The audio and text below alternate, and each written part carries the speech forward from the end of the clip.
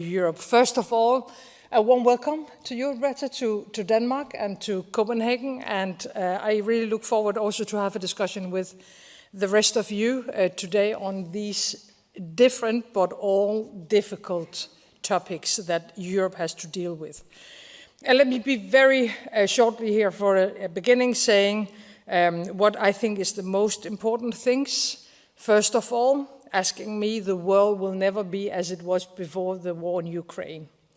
That is my main message. This is not only a question about an aggressive Russia in Ukraine. This is a question about the rule-based international society that we have built up since the Second World War.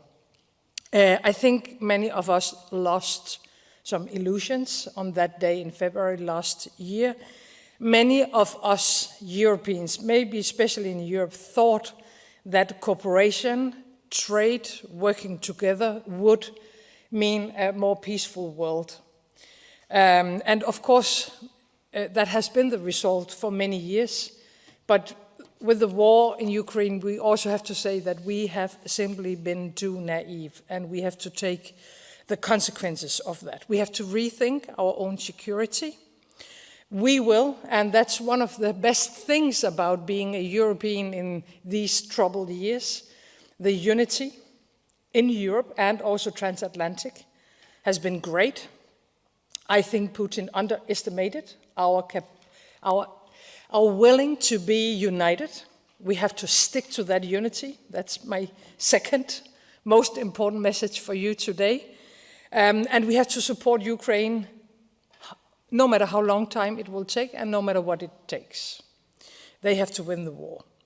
But the war in Ukraine has also showed us some global issues that we have to deal with. First of all, it is extremely important that we don't shift one dependency on fossil fuels from Russia to a new dependency on other things from China. So we need to be able to produce more in Europe, and we have to be able to do more on our own. That's a difficult task, of course, but we have to diversifying our supply chain, and we have to be in front when it comes to new technologies and innovation. But we also have to build up many more and much stronger partnerships, because I think many Europeans still look at the world as a globe that is going around Europe. I can tell you we are the only one who thinks and looks at the world with those eyes. And so therefore we have to build a more respectful cooperation and more respectful partnerships with our natural partners abroad. We need to be much more active on the African continent. We actually just had a very good discussion about that. And we need a much stronger global outreach. And I never give a speech without saying India, India, India. So I would like to underline that today as well. The cooperation with the world's largest democracy is extremely important for the global balance, but also for our global outreach. And all these partnerships has to be used for different tasks and in different areas. But of course, climate change and the green transition is one of the most important ones. We have to take the leading role in Europe, and we are the ones who can do it. And therefore, I'm very happy that we succeeded in having, as you probably remember, a meeting in Esbjerg a year ago about renewables and offshore wind, and only 2 days ago, we met in Belgium. So we doubled up the number of countries supporting this idea. And we were also able to double up our ambitions on gigawatts. So we will provide the rest of the continent with the 300 gigawatt that we need to. So climate change, we cannot solve it only with words, of course. So we need to show our populations and the rest of the world that we are able to find the concrete solutions. So a leading role in the green transition has to be on the table within the European Parliament and of course in the Council.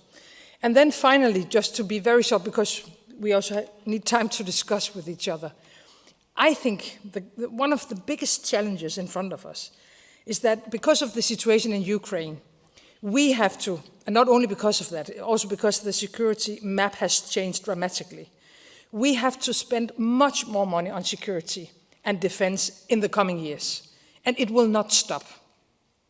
And when I say many more and much more money, it's billions. So that's the one pillar. Secondly, we have to speed up the green transition. It demands massively investments, and it demands a lot of money. We are talking about billions, not Danish crowns, euros. And at the same time, we have to be in front on innovation, education, technology. And so 3 different, difficult, and very demanding tasks. But if we forget, while doing all this, that one of the things that gives us the identity of being Europeans are our welfare systems, the social balance, the social justice, sustainability, then we will not have the support from our populations. And how to finance all this? I don't have the answer yet, but I know we have to find that answer in the coming years, because otherwise we'll lose internally and externally. And Europe can never lose. So with these, hopefully few opening remarks, once again, welcome to Denmark. And I look forward for the discussion today.